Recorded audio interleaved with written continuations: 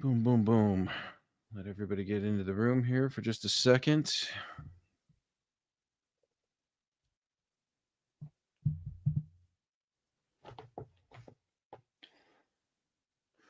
Boom, and away we go. Broncos country. It's Wednesday night, which means it's time for another edition of MHI, where we have a whole lot of Broncos news to get to. What a fast and furious week for your 8-2 Denver Broncos, who are officially hosting the Kansas City Chiefs. Do the playoffs start in Denver this weekend? We're going to answer that question and more in this show. But before we do that, who are we? We are MHI. I'm one half of MHI. Yours truly, Luke Patterson. Joined with me as always, Thomas Hall. Tom, I know you're just giddy to get after some Broncos Raiders Thursday night football 10-7 leftovers. How we doing? Doing well. Yeah. I mean, I was more interested in getting into it right after the game, but I've lost a lot of interest since then. We don't want to talk about it. It's over. It's dead. No, we got to talk about it, because if the Broncos think that they can score 10 points against Kansas City, and that's going to be good enough here in Denver, Colorado, that enough mile-high magic can be mustered against Pat Mahomes, Travis Kelce, and the referees, I don't think so. We're going to take you through that. Yeah. My keys to victory coming out tomorrow. Tom's got a piece coming out any moment at milehighhuddle.com. We have a huge show, but no, Tom, what a dud. I felt like I just got up here on MHI last week and lied to everybody. I said in this microphone that the Denver Broncos were going to have a statement game where all of the national media would take notice. Well, that game definitely made a statement, and everybody took notice for all the wrong reasons. More penalties than first downs for both teams, Tom. It was ugly. Yeah. We got to put this thing to bed. Thursday night football. Can't stand it. Well, I said it was going to be a lot closer than people thought. I thought it was going to be it's a rivalry game. I don't care that the Raiders are bad. They're going to make a game of it. I didn't know it was going to be ugly, and that's what that game was. It was ugly. The preparation was terrible, although the defense, somehow they had better preparation than the offense. But, yeah, it was an ugly game, but I figured the Raiders would make a game of it. They have nothing else to play for except to beat their one of their most hated rivals. So it was, and to come away with a win, don't get me wrong, that's the important thing. They came away with a win. I don't care if it's ugly or not. That's what they need to do on a Thursday night when most of the time teams aren't ready to play well because they have a short week. It's a terrible time to play, and that's what happens. Well, listen, you roll out a performance like that on Thursday night football in front of the whole country, in front of the whole NFL. You don't have a good taste in your mouth. That's why the Broncos are making some roster moves this week, a whole flurry of them. We're going to get into those and more. But before we do, let's say what's up to some of our friends and Super Chat superstars in the MHH stream. There's David. What's up, David? Good evening, Broncos country. Hashtag 13-4. Man, David, I don't know. 4 losses. The Broncos currently have 2. Do you have the Kansas City Chiefs as one of those losses? Do we split with the Chiefs this year? Can we sweep them? That certainly would be nice. It feels good to have the Chiefs' consecutive win streak off of the Broncos back. Yeah. But surely, man, this is a playoff game for me this Sunday, guys. I know you can't win them all, but this could truly be a moment in time where the Broncos separate themselves from the rest of the AFC West. Those damn Los Angeles Chargers, Tom, they're nipping at the heels still, just one game back from the Broncos. And as you know, the last time the Broncos lost a football game was way back when in week 3 in LA against those same Chargers. So with a victory against the Chiefs, we're able to get some momentum in the division. Well, what I would say is it's not necessarily a playoff game, but it is the battle for the AFC West title. If the Broncos lose this, then it becomes a lot more muddled. But if they were able to win this, it would put that proverbial last nail in the Chiefs' coffin about winning the AFC West. I don't think they have a chance. It's between the Chargers and the Broncos. And on top of it, it'll show that the Broncos are legit, because there are some legitimate questions. And that's one of the articles that I have coming out. There are some legitimate questions about whether this team is significantly better than they were last year when you dig into some of the things that I dig into in that article. Well, and that's why you got to go out and get guys that you used to have who are no longer here and save them. It's the saving or the season of Thanksgiving, the season of holidays, if you will. Well, Lil Jordan Humphrey should be very thankful he is no longer a New York Giant. That hot garbage mess is over. Lil Jordan Humphrey officially inked a deal today to the Denver Broncos. He's likely to play Sunday, officially on the 53-man roster, no longer a New York Giant practice squad member, which brings in our guy Flying Anger Pig. I absolutely love the handle. $5 an exclusive member, MHH member, that is, over on YouTube. Humphrey and Bryant for the screen game, it seems. Even when we disagree on Bo, much love, respect for you guys. Everyone become a member. I got something for you, Anger Pig. I got something cooking up for you at milehighhuddle.com tomorrow. One of my keys to victory. I've got the fix for Bo Nix and Sean Payton. It's very, very simple. It's not just run the ball. It's not just throw quick slants. You can read about it tomorrow, milehighhuddle.com. We'll tease it just a little bit. Everyone loves a tease. Just a little bit of a tease tonight. But no, we can't see these same screen games, Tom. You've been on this for weeks along with the rest of Broncos country. The offense isn't only inefficient and boring, they're very predictable. Yeah, I think they're predictable. We talked about that. But the other thing that I think about the screen game too is not only predictable, it's not executed well. And I think little Jordan Humphrey, that's part of the reason why they brought it back. Because if you watch that, there's oftentimes that the defender splits those blockers and gets into the backfield, basically, so to speak, on those screens to get to make a tackle for a loss. And if they were able to block better, I think they would have a better opportunity to execute those screens well. And I've noticed that a lot. So maybe little Jordan Humphrey, maybe you're right. Angry Pig or what? I forgot what Anger Pig. Maybe you're right on that. Maybe that's part to help have Bryant and Humphrey out there who are better blockers. Hopefully the execution, while still predictable, would actually be better. And then maybe you would see some more positive yards as opposed to negative yards on some of those screen passes. Well, Broncos country is trying to figure out what the hell the move means. Tom, I was asking you about it before the show even started. I'm like, okay, so they signed little Jordan Humphrey, and we'll get into what he did as a Bronco, but Broncos country is trying to figure out too, is this going to provide a boost? And our good friend Shannon Mills, wow, a very generous $19.99 over on YouTube. Thank you very much, Shannon. Good evening. Do you think that bringing Lil Jordan Humphrey back into the lineup, along with getting Marvin Mims back, will boost the offense significantly? Well, it's interesting, Shannon, when you look at this, because Tom pointed out to me, he's like, man, your guy, Trent Sherfield, everybody loves Trent Sherfield. He didn't practice with a toe today. Does that mean Lil Jordan Humphrey's automatically elevated? We're trying to get a little bit more of a physical receiver into the room. Pat Bryant, physical receiver, rookie. Cortland Sutton, physical receiver. Teams are planning to shut him out. What does that leave you with if you're a Broncos passing coordinator? That leaves you with one, Troy Franklin, who's doing quite well, but he cannot shoulder the load for this Broncos offense. Marvin Mims. Are Marvin Mims and Bo Nix finally going to find that deep ball, Shannon? That's what we're wondering, and we keep waiting. I'd be fine if he could find him on a short to intermediate route at this point. Yes, this does provide a boost. Spagnuolo and the Chiefs defense, they're no cupcake anymore. Years ago, it used to just be that Pat Mahomes and the offense drug the defense along. That's not the case. This Kansas City Chiefs defense is smart, they're intelligent, and they're disciplined. They can make plays. However, the Broncos are getting some much added firepower, and you can't get any better than getting some speed back on the field with Marvin Mims. Doesn't get any better than getting some experience back with Lil Jordan Humphrey. Lil Jordan Humphrey, as a Bronco, we're looking at 44 receptions, 445 receiving yards, 4 touchdowns, and 34 appearances. Is he going to set anybody's fantasy football team on fire? No. Can he contribute to this struggling offense immediately? Yes. Well, I think getting Mims back will be a big boost. I think that missing Mims was a big part of that lousy offensive performance because he has a lot of value, Shannon. And I think that bringing him back is going to, I don't think little Jordan Humphrey is going to make a huge impact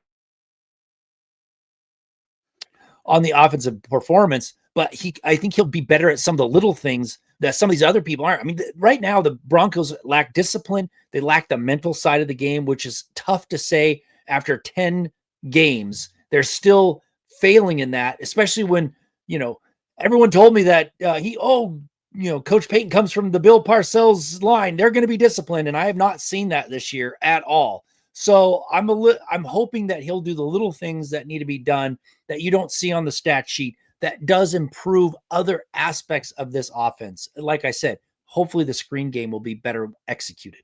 And we got to talk about sustainability when it comes to penalties and an inefficient offense, Tom, because this does feel like some Mile High magic is at work amid this 7-game win streak. Gene William coming in on Facebook. We appreciate all of our listeners and all our supporters wherever you're watching, whether that's on YouTube, Twitch, X, Facebook. We got you covered. What's up, man? It's great to see you on this beautiful night. Can't wait to see what McLaughlin can do. What McLaughlin can do on Sunday. Bo has been missing his safety valve, and it shows. When our offense puts up numbers, I'll make sure to rub it in people's faces. Real deal, Jaleel? Are we going to see Jaleel McLaughlin on Sunday, Tom? I think we are. I think with J.K. Dobbins' injury, I think we're going to see McLaughlin come out there. It's going to be a couple little guys backing up the rookie is what I'm going to have to say. Unless for some reason they're like, yeah, we don't really want McLaughlin. We're going to bring Deuce Vaughn up from the practice squad or something, which I doubt it. But yeah, you're going to see Bidet and McLaughlin out there. I think because Dobbins is going to miss multiple weeks from what I understand. I mean, they haven't actually come out and said that. They haven't put him on IR or anything. They haven't really said anything about his injury. It's all speculation, but from what you're seeing, he's probably not going to be out there this week. No, we don't want to talk about IR if we're with the Denver Broncos. We want to ignore it and try to get past the bye, right? Sound familiar with Pat Surtain? We're going to get into the J.K. Dobbins injury and more, but, the Broncos are getting some gifts in new players, specifically a new Broncos offensive tackle from Dallas, a former wide receiver that Sean Payton's connected with. It is the season of gifts. And speaking of gifts, if you're still figuring out gifts, House of Atlas, well, it's a no-brainer. Perfect for your brother, your roommate, or even yourself when someone asks what you want and you don't feel like thinking. Their grooming kits make it simple to clean up, and they actually look as good on the counter as they feel in your hand. The razor's weighted handle and precision trim edge make it effortless to get a smooth, clean shave every single time. Something most razors, well, they just don't do. The best part, you can grab them at Target stores nationwide or online at target.com so you don't have to overthink it. That's right, guys. Atlas is redefining men's grooming with premium tools and products designed to look good, feel good, and actually perform. I love the razor because it feels solid in your hand. It's not flimsy like disposable razors, and the precision trim edge makes detailing under the nose, sideburns, and edges simple and precise. Beyond the shave cream and aftershave elevate the routine with their refreshing and subtle signature scent, making grooming feel more like self-care than a chore. Guys, don't stress over last-minute gifts or settle for shaving products that just never deliver. This holiday season, give yourself or someone on your list the upgrade that they deserve with the House of Atlas. Grab it at Target stores nationwide or online at target.com. Boom. Housekeeping officially out of the way as we get ready for the Kansas City Chiefs, who are coming to the Denver Broncos house in Power Field, Mile High Magic. Then why the hell are the Broncos listed as 3.5-point home underdogs? I'm reading Chad's article up at milehighhuddle.com. No respect. And I guess that's what happens when you put out a offense 10-7 versus the Raiders on primetime football. David Yonkin, good friend of the show, weighing in. The score will be 10-7 Broncos win. Just the media off again. Hey, you know what? I don't care how it's done. And I heard Bo talking about this, David. Maybe y'all did too today. He's like, look, man, we're finding ways to win games. Does he look satisfied? Does he look happy? No. But he looks grateful to be on a team that's amid a win streak, even though things aren't going their way. What, the team that's punted the most in the NFL, I think I saw that on social media, has been the Denver Broncos. One of the most penalized teams in the NFL, the Denver Broncos. One of the least efficient passing attacks in the NFL, the Denver Broncos. And yet, here we sit, 8-2, 2 weeks into November, where the Broncos have a 92% chance to get into the playoffs. Why do I not feel comfortable, Tom, with that as we sit here? I'm nervous about it because if you're the Kansas City Chiefs, this is when you turn it on. I get it. They started 0-2 this season. They're 1-3 in road games. They lost 28-21 to the Bills in week 9. But remember, Kansas City had a bye last week. They've been sitting and stewing the last 2 weeks just waiting for this Denver Broncos game. Well, I'll tell you why people aren't for some reason, aren't buying the Broncos. And I'll tell you why they should be. But first of all, if you look at last year, they went 5-5 through 10 weeks, and they played 6 teams that finished the season with a winning record. This year, they're 8-2, but they've only played 3 teams with a winning record, or who will probably finish the season with a winning record. Maybe Houston sneaks in there, but right now it looks like 3, and they're 1-2. So the Broncos have to start beating quality teams consistently to show that they're actually more likely to go into the playoffs, deeper into the playoffs than they did last year, because this is the schedule now. They have 5 of the last 7 are teams with winning records. So they have to go out there. If they go out there and play like they did, against winning teams last season, they're going to be losing out on the AFC West division title. So they need to go 3 or 4-3 or better. But why people should be buying into this Denver Broncos team. And they say it all the time. Analysts and fans are always talking about defense wins championships and blah, blah, blah. It's not true, but that's what they say. And then they're forgetting that this defense is immaculate. I mean, their pass rush is insane. They're better against the run than they were last year. And they're actually better against the pass than they were last year too, probably because of that pass rush. But they were doing it even with Pat Surtain being missing. So that's why people should be buying the Denver Broncos instead of saying they're done because they couldn't score very much on Thursday Night Football. Well, hey, you're exactly right, Tom. And I know whenever a defense is tasked with defending Patrick Mahomes, it comes down to one simple question: to blitz or not to blitz? Well, I take you through it. One of my keys to victory at milehighhuddle.com. And I'm going to spill a little key right now. The Denver Broncos do not need to blitz against Patrick Mahomes. They have the 4 horsemen on that defensive line who are absolutely nasty and getting after it. I don't think people realize truly how good this defense is, Tom. Everybody's honed in to Nick Bonito and Jonathan Cooper, and they should be. They're the most vicious pass rush duo in all of the NFL. 17 sacks between Nick Bonito and Jonathan Cooper. What's not being talked about? Those 4 horsemen I'm mentioning: Zach Allen, John Franklin Myers, DJ Jones. 3, rather, not 4. 11.5 sacks between just those 3 defensive linemen. The D-line is disciplined. They're staying after it. They're stuffing the run. They're getting penetration. And when I look at this Kansas City Chiefs offensive line, it's for the taking, especially on the left side. I hear you. Creed Humphrey, very good center. But the left guard and the left tackle, what? You're going to deal with a rookie left tackle against Nick Bonito, Jonathan Cooper? That you want to go that route? Do you want to have a second-year offensive guard who is struggling against multiple pressures for Pat Mahomes? I mean, this is a vulnerable Kansas City Chiefs offensive line that can absolutely just be hammered with left tackle Josh Simmons as a rookie. A second-year left guard, I'm not buying it. I'm really not. Pat Mahomes has been sacked 17 times this season on 77 total pressures. That's not with the blitz, guys. That's not with the blitz. So it's time to get after Pat Mahomes. Earn your money. Gene William coming in saying, look, guys, I don't see us losing another game this season. What? We're the best, and we will stand on it. Mean Gene calling his shot. No more losses for the Denver Broncos this year. Gene says we're going to run the table, Tom. How are we feeling? Well, I don't know if that's going to happen, but that would be great if it did. That would make more of a statement than anything. I think it's going to be tough to do it because there are some quality teams coming up. What the Broncos really need to do, though, they have to split with the Chiefs. They have to beat the Chargers, and they've got to sweep the Raiders. If they do that, the division, I believe, is theirs.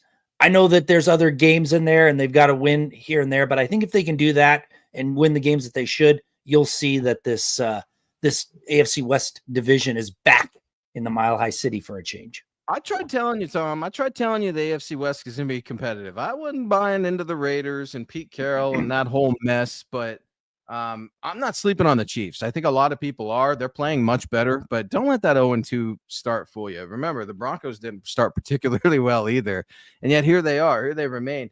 But here's the thing: when I just step back and I look at this, and I listened to Bo speak today, I listened to Sean, listened to the guys, right? And how about thoughts and prayers for Alex Singleton? What a miraculous story of courage and to reveal something so personal.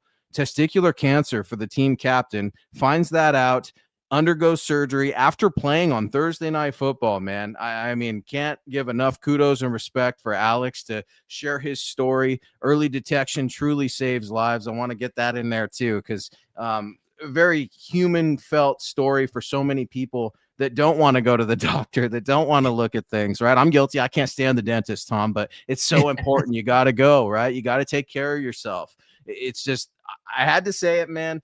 The reason I say that and I go there, this team has character, I think, right? This team has character. I don't think this team scares easily. I don't think this football team spooks easily. I think this defense is willing to show up and fight at any day, anytime, any place. Now, the offense, I'm not so sure how much we're fighters and how much we're confused and not sure what we're doing. I think the courage is there. I think the moxie, the heart, the talent. This offense can be special. We see it. We're seeing glimpses. It's just not hooking up yet, Tom. So it's making people confused. Well, and when you talked about character, what's interesting is the offense is struggling, but you're not seeing anyone out there bad mouthing the offense or the play calls or anything. You watch AJ Brown with the Eagles doesn't get enough touches, and he's out there complaining about it, even though that team is winning. They're I think the number one seed in the NFC. If not, they're pretty close to it. And he's going out and complaining because he's not getting enough touches. That to me is indicative of character. And for all of the crap I give Sean Payton about, mental side of this game, he has got this locker room buying into this team. There's nobody out there that's going, oh, I should be getting more throws to my way, or, we need to be changing these plays. No one's saying that. They're all saying, yes, we got to get better, but they're saying it as a team, as a whole. They're not. We're getting close. We're getting close. J.K. Dobbins was certainly upset, right? Yeah, but you're a little right. bit. He didn't make it about him, though. That's the difference, right? He's like, it's not that I'm not getting the ball enough. It's like J.K. Dobbins is sitting there pretty much apologizing to the defense publicly, saying, right, look, boys, this ain't gonna work, and we realize it's not gonna work, and y'all are carrying the water, and it's got to stop soon. So to your point, a little bit different of characters. And J.K. Dobbins, what does that toe injury or that foot injury look like? Did not practice today. We'll get into the practice report here in just a little bit. But speaking of friends, here's a friend we haven't seen in a little bit, Casey Nickel. What's up, Casey? Hopefully you and yours are doing well. Very generous $9.99 over on YouTube, an exclusive MHH member. Bro, Bo Nix is going to show up. I believe, and we all need to believe in him. There's too much emotion surrounding this game between Singleton and the insane negative national media. 32-26 Broncos. That's an interesting score how you get there, Casey. 32. That's a number I normally don't see. I may steal that for my Mile High Roundtable pick on Friday morning. There is a lot of emotion in this. It's an emotional game, and that's probably one of the funnest aspects of sports. Doesn't matter the sport. It's natural and authentic drama. Yeah, sometimes you get some bulletin board material in there, but each game truly takes on its own personality. Each game truly has its own life and energy, if you will. I can't wait to see what this year's version of Broncos Chiefs look like, because we've been getting better each year when it comes to how are the Broncos ultimately going to stack up to daddy. Who's daddy? The Kansas City Chiefs. You know why they're daddy? Because they've won AFC West 9 years in the row. How do we top that dog? Starts on Sunday. You punch them in the mouth. You tell them you're not intimidated, and you're going to run it. And that's just how this team has to go. I think a more interesting aspect, and maybe Sean's not getting enough credit for this because he's taken a lot of strays, right? Sean, he's got his fingerprints all over this offense. How does Sean continue to keep this offense together? I mean, coach can't go in and chew him out every single week. He's the one calling the plays. So I think that's kind of a delicate task in and of itself. Well, yeah, it's interesting. For all the frustration that game on Thursday night was with Bo Nix and his inability to kind of get that team into the end zone and really run it efficiently, a friend of mine pointed out Bo Nix thrives on preparation, and he didn't get a chance to really prepare. It was a short week, and I don't think he thrives under those circumstances. So now he's got more time. He got a short kind of what they call a mini bye in there.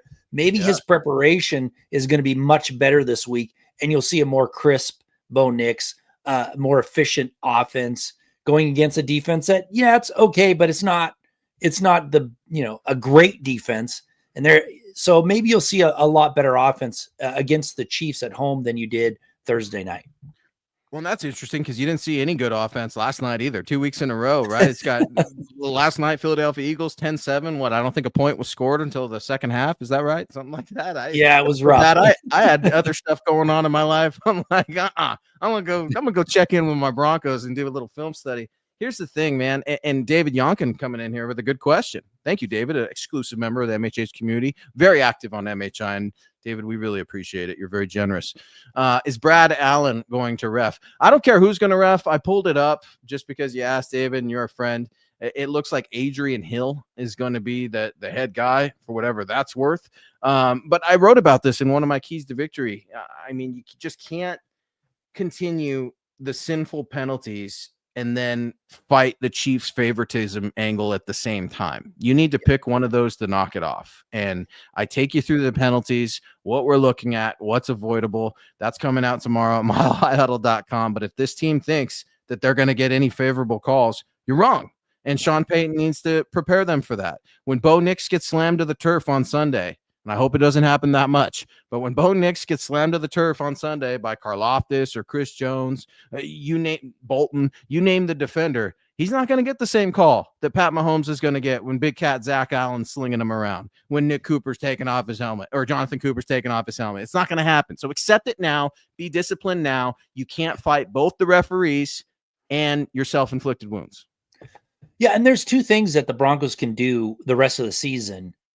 And one of them is firmly in their control, but two things they can do that will help them get those victories down the stretch. And that you hit it up. Penalties. They have got to fix the penalties, and they can, because some of them are mental penalties that they just delay games, false starts, stuff that they at home that they shouldn't be doing. They fix that. That's going to help their offense, because many times this season I've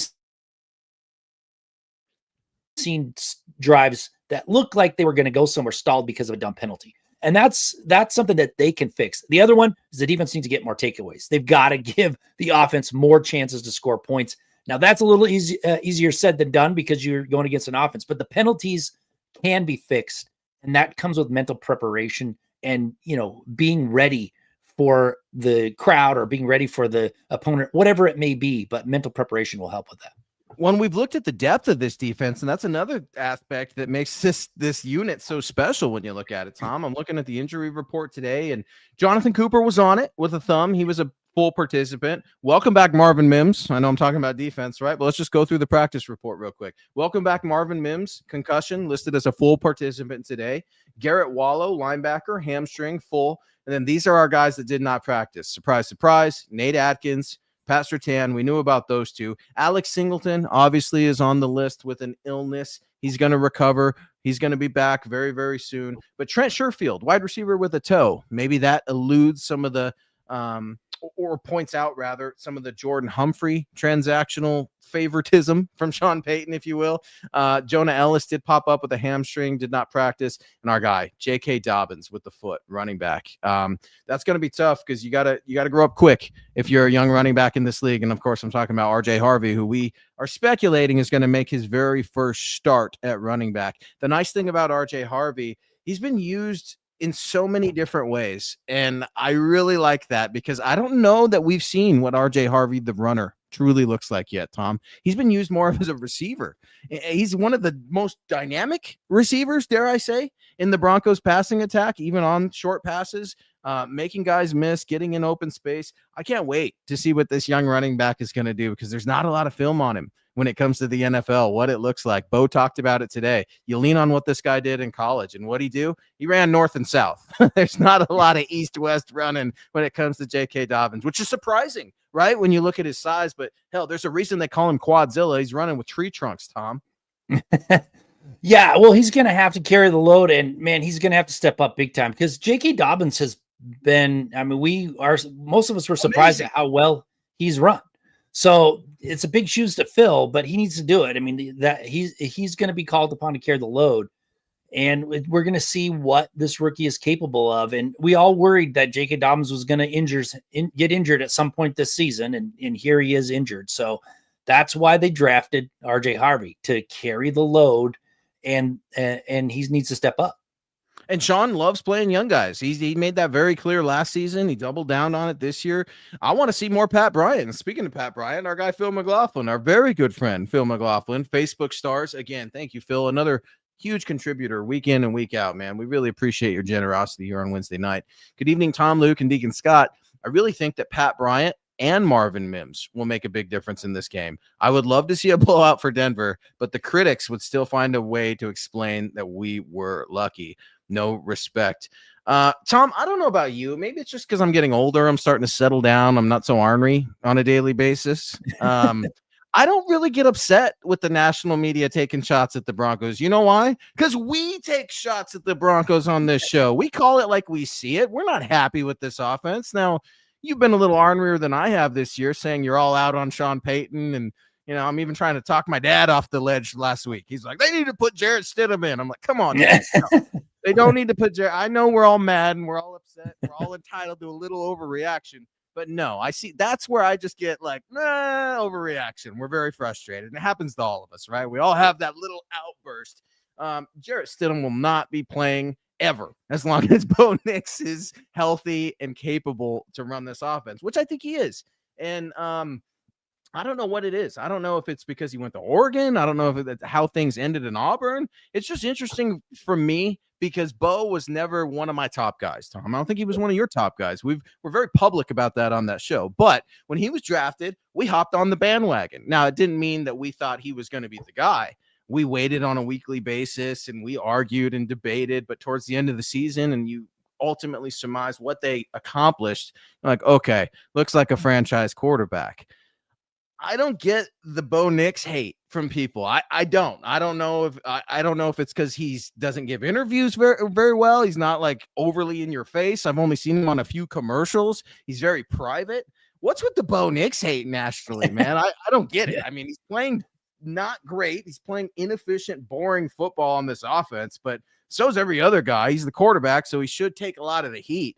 Talk to me from an outside perspective, Tom, if you can. You're usually pretty fair and level-headed. Why do people just love to rail on Bo Nix? Well, a lot of them didn't like the pick. You know, they try to be experts in, you know, these folks that like to sit at the desk and, you know, do their drafts, and, you know, they don't get in any trouble for it when they're wrong. But when they are wrong, they hate it, apparently, because a lot of them were dead set that Bo Nix was a terrible pick. Sean Payton's an idiot. They were going on and on about it. And the fact that Bo Nix hasn't really silenced them, they're still able to say it because he hasn't improved dramatically from last year. He hasn't had those, you know, several big games where people are like, whoa, he looks like the guy. So they can keep chirping, you know, and for me, I don't really care. But I guess it bothers me is because they haven't had an opportunity to kind of look at it from a different perspective. That bothers me. But whether or not they're saying anything about Bo Nix and the Broncos, I don't care. As long as the Broncos are winning, they're going to have to eat their words. So that's to me, it's like I don't care what they're saying, but they have their reasons, whether it's right or wrong. I think that's to be proven. I think no matter who the quarterback was going to be, that was going to be the feeling from the national media. Why do I say that? Look who the head coach is. It's Sean Payton. You're looking at a head coach that is stubborn, arrogant, and doesn't want to change. And when he does well, he wants to rub your face in it. And when he doesn't do well, he struggles sometimes taking that accountability. And I'm so sick of the word balance. I'm so sick of it. I am so sick of Sean coming up saying, I've got to find better balance. Week 11, Sean. When are we thinking about finding better balance? Because we're all over the board, baby, and I can't have it. Sean tried fleecing everybody and saying we tricked everybody into drafting quarterbacks that we never wanted, and Bo was there, and ha, ha, ha. That's why you're getting this, because Sean outsmarted everybody. He told us so. And then you go out there and put up 10 points on Thursday Night Football against the Raiders, who are being dismantled as we speak. That's why. It's the same reason that Sean made national headlines for taking shots at Nathaniel Hackett, and Aaron Rodgers cried and got all upset. Look who was right about that, right? I mean, Aaron Rodgers no longer a Jet, Nathaniel Hackett no longer a head coach. So coach loves to sling it, and that's what I like about him. He's unapologetically himself. But I think this team ultimately takes on the personality of their head coach, and their head coach is not intimidated easily. He doesn't like to admit when he's wrong, and he's in the trenches with his guys. Take that for what you will.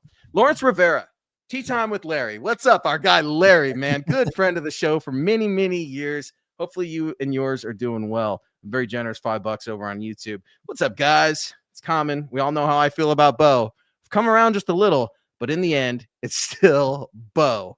Tea time. Yeah, Sean was asked about this today, Larry. It was kind of interesting because he's like, is this, can you make things easier for Bo Nix? He says, quote, I think it's not Bo. I mean, I think it's part of the whole process offensively and constantly in our game planning this week. So translation, it's not Bo. It's my bleep offense.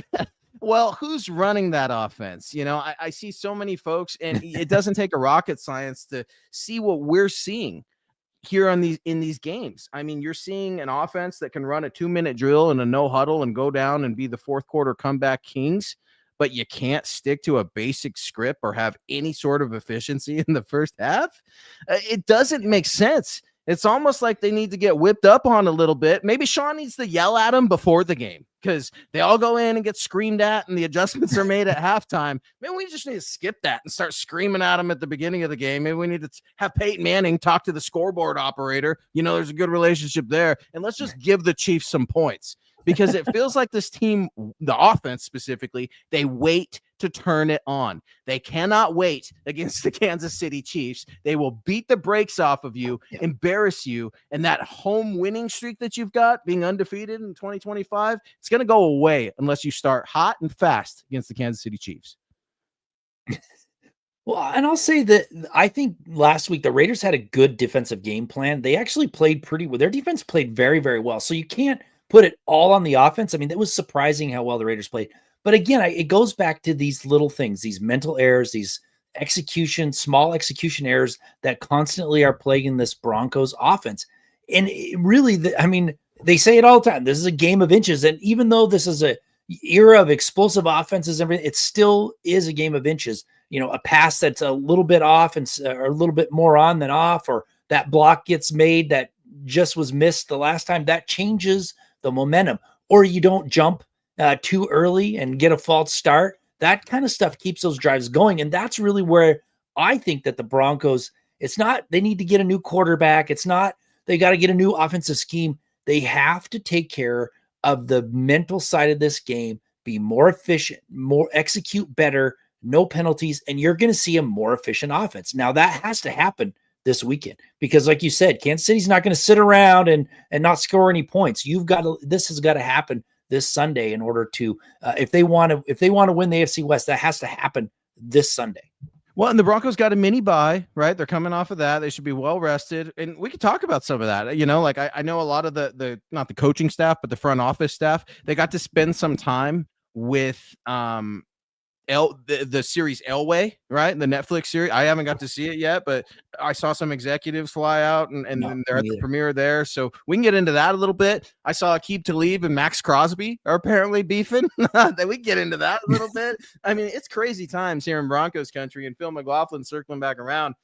Do you guys think a 10-3 win is more telling than a 28-21 win? That's an interesting question, Phil. I'm not sure I've ever thought about more telling. Man, Tom, I'll let you take this one. Do you think a 10-3 win is more telling than a 28-21 win?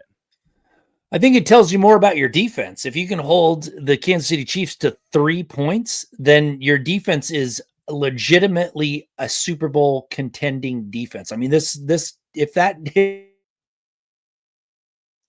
they can do a 3-point, they can hold them 3 points on Sunday. I think the Broncos defense can take them to the title, carry them to the title, versus a 28-21 win. That means that the Broncos were pretty efficient and not as great on defense. And you got to kind of shrug your shoulders. Yeah. 46 sacks isn't a mistake in 10 games. It does make you wonder where that sack total is going to be after this game, right? I mean, aren't you aiming for Pat Mahomes when you design this pass rush? That's who it's for.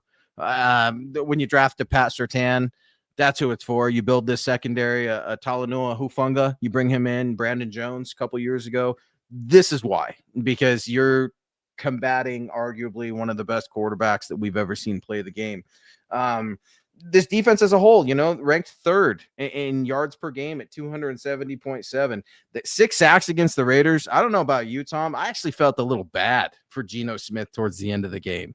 I mean, to see a quarterback take that kind of a beating and just limping on and off of the field, it was brutal, man. Dare I say the Broncos broke Geno Smith's soul, at least his football soul last Thursday night, because that was brutal. But how do you replicate that against the Chiefs, man? I mean, you look at the Raiders' offensive line, it's not terribly different. Vulnerabilities, different spots than where the Chiefs are at, but they can get there. And I think Vance Joseph is going to have a very good game, maybe quite possibly the game of his life, calling defense against Kansas City. But I got to be honest, Tom, I'm pissed. I'm pissed that the Broncos are 3.5 home underdogs. That shouldn't happen. I don't know why that bothers me so much. I just got done telling you the national media doesn't bother me, and then the sports bet books bother me. Listing the Broncos as a home underdog, 3.5 points. What does it mean? Well, you can read about it over at milehighhuddle.com. I just don't get it, Tom. I know, bad Thursday night football. But again, the Chiefs are 1-3 in road games. They started 0-2. They're coming off of a loss and a bye, 28-21 to the Bills. It's not like this is the same juggernaut Kansas City Chiefs team that we're accustomed to seeing. Well, one is injuries. I mean, obviously you've got Surtain out. You've got J.K. Dobbins probably going to be out. I mean, I think that has a little bit to do with it, not just the fact that they kind of put up a stinker on Thursday night and came out with a barely winning against a losing team. But for some reason, people are super high on the Chiefs, even though they're barely over 500. They are, for some reason, they're still the best team in the NFL. And I don't know why people are thinking that. I don't think they're anything close to what they were last year or the year before that, but they're living on reputation, and they don't think the Broncos don't have one because they haven't won anything. So that's part of it. But I think injuries play. I think if they were full strength, I don't think they'd be underdogs. I think if Surtain was out there, Dobbins was going to be out there, I think that line would be different. Yeah, no more trick plays. I'm with Bucci. I love the trick plays, but Sean Payton needs to play some Madden. Yeah, no more trick plays until we can operate a basic offense, folks. I was so upset on Thursday night watching some of this stuff.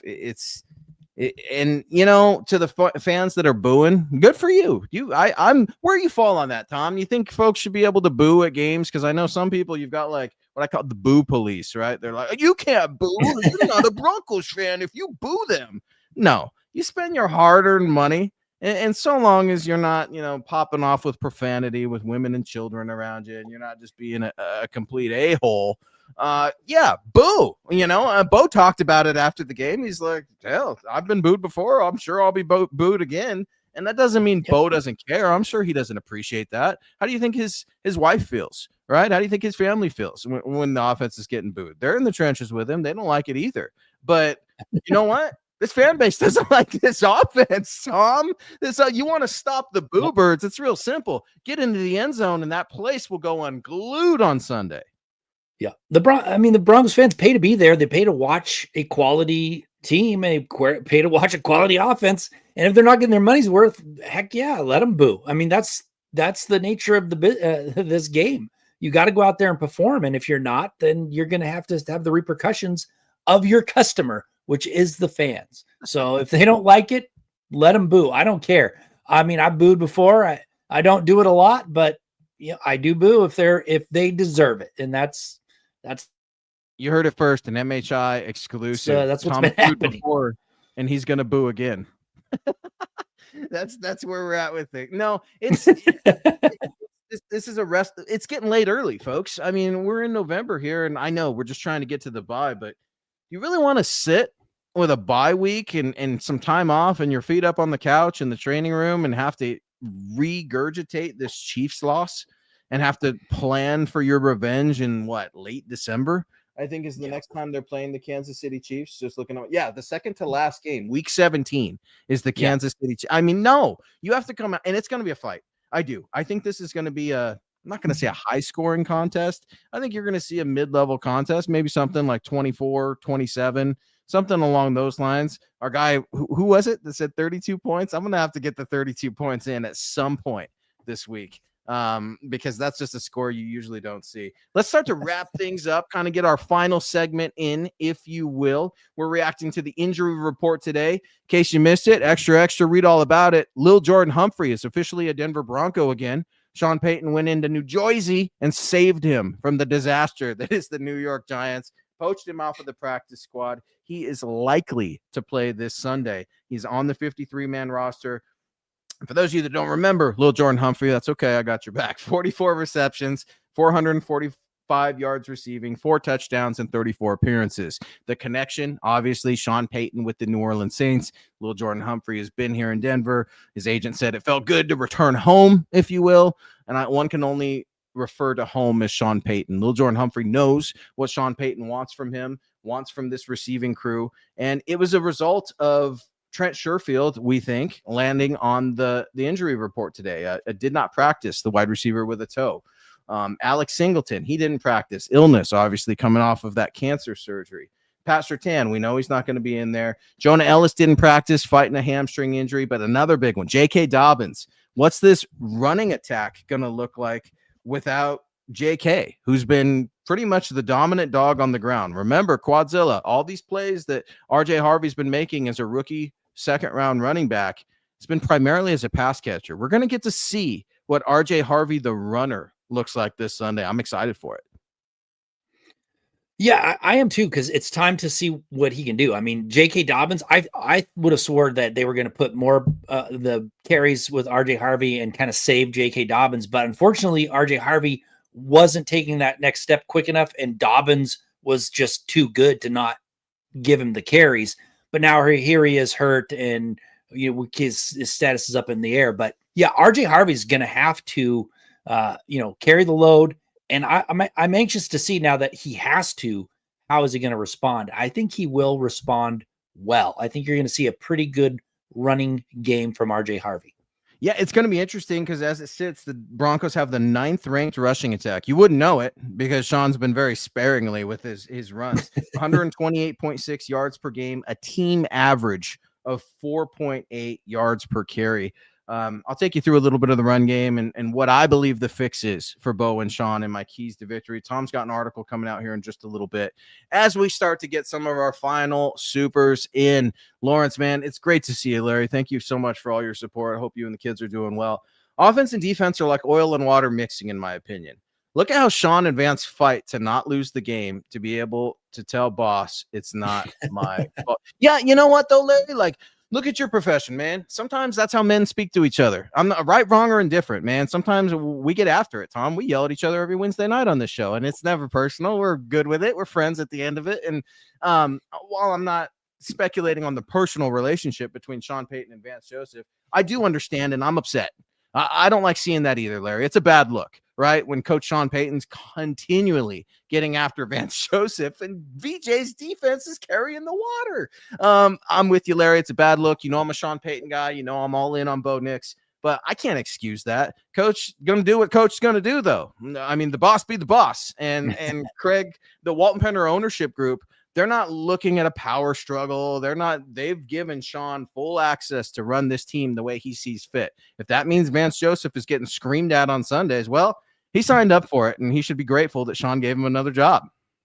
Yeah, and Vance Joseph has been saving his bacon, actually. I mean, I have been very impressed with Vance Joseph. I was out on him. I did not want him anywhere near this team, and he has changed my perspective of him completely. He calls a great game, and this is the season that has got him a head coaching job. He's got a head coaching job waiting for him as soon as this season is over, and I'll stand by that. He is completely different. He's a completely different play caller. He's completely different in game, which is where I said he faltered the most. So Sean and Vance can fight all they want, but Vance Joseph has saved Sean's bacon this season more than once with that great defense, because if it wasn't for them, they would not be 8-2, and I don't think they'd be really that close to 8-2. Well, and sometimes that's healthy, all right? How many times do I come on this show on a weekly basis and I'm like, is there anybody to push back against Sean? There's one off the top of my head. Vance doesn't just sit there and get screamed at. I've seen Vance give it right back to Sean. Now he's not screaming at him, but he's kind of rolling his eyes with the, I got it, back off kind of a thing. And you know what? Sean needs that too. We all need that. We're all heated in the moment of things, and sometimes you can't communicate. You've got a very short time that you can communicate in between plays. Sean's got that. Can you imagine that, by the way? Like, I know we all think we'd be better coaches, but trying to manage the headset, the game responsibilities, a coaching staff, a player staff. I mean, there's one guy that's pushing back against Sean Payton. Can someone else do that on the offense that's not Bo Nix, right? Do we need to get the big uglies in there? Does Quinn Miners need to go marching up to Sean's office saying, Coach, I love you, but we got to run the ball. We got to get after this Chiefs defense here. We can do this. I mean, does somebody need to remind Coach in real time? Because Bo's having a tough time. Sean's having a tough time. Maybe a little outside perspective would do the boys some good. And speaking of outside perspective, our guy, Michael Ronquillo, fresh and hot out of Arizona, $5 super, an exclusive member on YouTube as we start to wrap up MHI. Former defensive back Asante Samuel Jr. took a shot at Bo Nix. Is that right? I didn't see that. Last I checked, Asante Samuel Jr. wasn't on a team. Did he get picked up this week and all of a sudden he's taking shots? QB1? It's Asante Samuel Sr. He's retired. Junior is back from the injury. This is senior. Apparently, I didn't hear the shot that he took, but I will say this. Bo Nix has not been playing well, so that gives these analysts an opportunity to take shots, and they will take them as much as they can until Bo Nix goes out and proves them wrong. And so far this season, he has not. He has been marginally better than last year, his first year in the league. If you look at everything that he's done, marginally better when they needed him to take a fairly significant step ahead to get this team where they want to go, which is a championship. So apparently, Scott's in my ear showing me, apparently Asante Samuel Sr. is saying that Sean Payton is starting to realize Bo Nix isn't the guy. I don't think that's true. Yeah, I mean, like, you think Sean did all that work on Bo to just roll over on him in 1.5 seasons? It's not going to happen. And you know what? Teach their own. I appreciate the man for explaining his opinion because it's probably not a popular opinion. Maybe it is a popular opinion. But call it. Call your shot and see what happens. I mean, that's the beauty of sports here. What I do love about Bo, and I'll say this, I don't think Bo cares. I really believe him. He's not going to go up there and say, I don't care what they say, because it's careless, it's irresponsible, and it's not who Bo is. But when Bo's like, I deleted my social media after we went to Florida and Auburn. He said that this year. So like when you see Bo on Instagram, it's not Bo, all right? It's probably an agent. It's probably a friend, a family member, somebody else. Maybe it is Bo, but I believe it because Bo said today into the microphone, Tom, it was great. He's like, all that national stuff and all the social media, I don't see it and I really don't hear it. And he looked at the media in the eyes and he's like, no one's ever bold enough to say it to your face either. And I thought, bingo, there's a grown man saying, I could give a rip what the trolls say on Twitter. We're on a 7-game winning streak. We're 8-2. We've got the lead in the AFC West. We've got a 92% chance to make the playoffs, and we haven't even scratched the surface. That's what keeps us coming back for more here in Broncos country. Despite the penalties, despite the punts, despite the defense continually, as you said, Tom, saving Sean Payton's bacon, Bo Nix in this offense, they won't go away. Well, and let's remember, it's only his second year. Like, people are expecting Bo Nix to all of a sudden be this, second coming of Peyton Manning or whatever they are expecting. He's still learning the NFL game, dealing with this inefficiencies, dealing with this execution problems they don't have any stars at the wideout. They don't have anyone that scares the defense. I think J.K. Dobbins has helped if Sean Payton would lean on the running games a little bit more. But I mean, you got to give him a little bit more of a chance. You can't be washing your hands of Bo Nix already. He has played 29 games, something like. I mean, I don't even remember. I guess I'm not doing the math in my head right now, but he hasn't played that many games. You need to give him a better shot. Let's see how he goes into the playoffs. See what he does. Let's see how he comes out next year. If he does not improve next year, if you can see that there's very little improvement, okay, he's hit his ceiling. Maybe Sean Payton will start to think about, okay, who's his replacement? Well, and yeah, exactly. You've got to constantly be looking to get better. And just because I do think that Bo's the franchise quarterback, I do. That Yep. doesn't mean that you shouldn't bring competition in. That doesn't mean that you should continue to add and make your team better. But yeah, Tom, as you were saying that, I start thinking, what offensive playmaker for the Broncos is making a Pro Bowl this year or All Pro honors? None. You're probably looking at Quinn Miners as a Pro Bowl All Pro, right, on the offensive line, and that's while that's nice. And while that helps your offense, we need more firepower. And once talent starts hooking up, and I'm not saying it's going to be a little Jordan Humphrey this weekend, but maybe it's Marvin Mims, right? Yep. Marvin Mims making a big return right when we need him. And Phil McLaughlin, since Bo is auditioning for Dancing with the Stars, what? Is it possible that starting with a hurry-up offense might help Bo? I didn't hear that. Is this a joke? Is Phil trolling me here? I think it's a joke. I don't think he is. I don't see Bo Nix, leaving his pregnant wife when the Broncos are 8-2 to go dancing. Good job, Phil. You got me. You got me in that aha moment. No, this team has character, and I don't think the team's given up on Bo either, Tom. I think that would be really easy. We've seen what it looks like when a defense comes out and they're like, man, this offense is ass. Like Akeem Talib used to do that all the time, right? With like Trevor Siemian and all the other slappy quarterbacks. Chris Harris Jr. would do it. Derek Wolfe would get after the guy. I mean, so you're not seeing that. You've got a united front if you're the Broncos, and it's something I absolutely love. Guys, final 2-minute warning to get in your hot takes. We will have our official predictions. Tom, I got to save it. I got to save my prediction because this is the most important game of the season.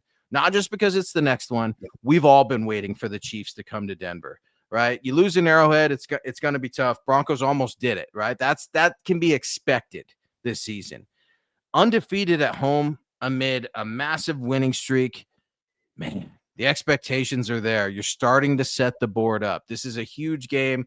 I don't know where I'm going to go with it, Tom. I don't know if I'm picking Broncos Chiefs yet. I got to wait. Maybe you've got your prediction ready to go. No. My 3 keys to victories are coming out at milehighhuddle.com. Maybe you'll read them tomorrow and you'll feel a lot better. I know you've got articles cooking up that should be released any minute at milehighhuddle.com. But for me, the playoffs start Sunday. I'm not going to say it's a must-win game, but it's a measuring stick. It's a huge measuring stick. And there's either going to be hints at changing of the guard, or it's business as usual for the Kansas City Chiefs. Yeah, like I said at the start of the show, if the Broncos can win this game, that puts the Chiefs out of competition for the AFC West title and may even put them out of the playoff race. I'm not sure about that second one yet. But so this is a huge game. If the Broncos want to make a statement and bury their most successful rival in their own division, this is the game to do it. Don't wait and try and do it in Arrowhead in December, which is notoriously hard to play December in Arrowhead. Do it now. If you are a team with a killer instinct, this is when you go for the jugular, you take down your this Chiefs team and you put them away and you say, we're not looking back. Well, on the way out, this is a good question. If we're not going to give predictions, who will be player of the game in your opinion? I've got one for you because I think he's transcended every single year that he's played. He's an absolute animal. I don't know how this guy can be so big and have the cardio that he has. To me, Tom, this is an unpopular opinion. Zach Allen is better than Chris Jones right now. As it sits today, November 12th, Zach Allen played one of his best career games against the Raiders last week. He's on an absolute tear. I want Zach Allen and Nick Bonito and those 4 horsemen on the D-line for Denver to get after it. Vulnerable Kansas City offensive line. You've got a rookie left tackle. You've got a second-year left guard. Go get them. Pin your ears back and go get them. It's going to be because of the defense that the Broncos win this game. Doesn't mean that the offense doesn't contribute. Yep. I'm going Nick Bonito only because I was going with Allen, and I'm not changing just because you did. I think Nick Bonito is a game wrecker. He was on Thursday night. I think Allen had a great game as well, but I think the Chiefs realize that they're vulnerable up the middle. They're going to put a little more emphasis trying to stop Zach Allen, and that's going to open it up for Nick Bonito. Pick your poison. Well, remember who else had happy feet? I'm so sick of hearing about Bo's happy feet, but then again, if he'd calm down and step into a throw, we wouldn't have to talk about it. Remember Josh Allen? Or Josh Allen, like, oh, well, Josh Allen's either going to run or if he's in the pocket, he has happy feet. How's that working out? I'm not saying that Bo is Josh Allen. They're two totally different football players and quarterbacks. What I'm saying is that it takes time for quarterbacks to develop in the pocket. Bo talked about it today. Yeah, I can get out there and run, but sometimes that's putting our offensive line in harm's way. Yeah, I can get out there and try to extend the play a little bit, but am I going to get one of my receivers killed? I mean, these are things that our quarterback, your quarterback is considering. Gene coming in, man. Me and Ralph Bracegirdle will have the Broncos winning in a hell of a game. Denver Broncos for life. Yeah, it's going to be a lot of fun, and this show was a lot of fun, guys. We really, really appreciate it. We're up against it, guys. Tom, you've got an article coming out, right? Want to plug that? Should be published any minute at milehighhuddle.com. Yeah, it's just comparing just how much better, if any, they are from last year to this year. That's looking at taking a little bit closer look with a magnifying glass on their record and their defense and Bo Nix, and just to kind of shed some light on, are they gonna be one and done, or are they gonna go deeper in the playoffs this year? An interesting read. Stay tuned for that. I've got my keys to victory coming out tomorrow morning. And then don't forget, we've got our staff Mile High Roundtable where we pick them on Friday morning. And you can read all about those articles on milehighhuddle.com. Speaking of milehighhuddle.com, Chad's got an article up right now. You want to know who came back today? Lil Jordan Humphrey. Broncos also inked offensive tackle Garen Christian this week on Monday from the Cowboys practice squad. J.K. Dobbins looks like he's going to be out with a foot injury. Enter R.J. Harvey for his first start. Lil Jordan Humphrey also came back from the Giants practice squad. He is likely to play on Sunday, officially on the 53-man roster, with Trent Sherfield dealing with a toe injury. Should be a lot of fun. It's been a busy week in Broncos country. One can only imagine what tomorrow's going to bring on Thursday, Tom, because it's been so busy for Denver, but another fun show, man. I love it. Yeah. Thank you. It's been fun. I'm looking forward to this Sunday. I mean, this is one of those games where the Broncos can do a lot. They can set themselves up for more success and prove that they're a legitimate team. So I'm excited. I can't wait for Sunday and see how this shakes out. If you'd like to reach out to Tom on X, please do so. That's at Thomas Hall NFL. Yours truly at Luke Patterson LP. Don't forget to reach out to Scott at Scout Kennedy, the mothership at Mile High Huddle. Guys, we need to beef this podcast numbers up on X. That's at MHI_pod. We appreciate everybody for tuning in. Do not wear red this week. It's Chiefs week. Broncos country. Time to beat Kansas City. This is the way. This is the way.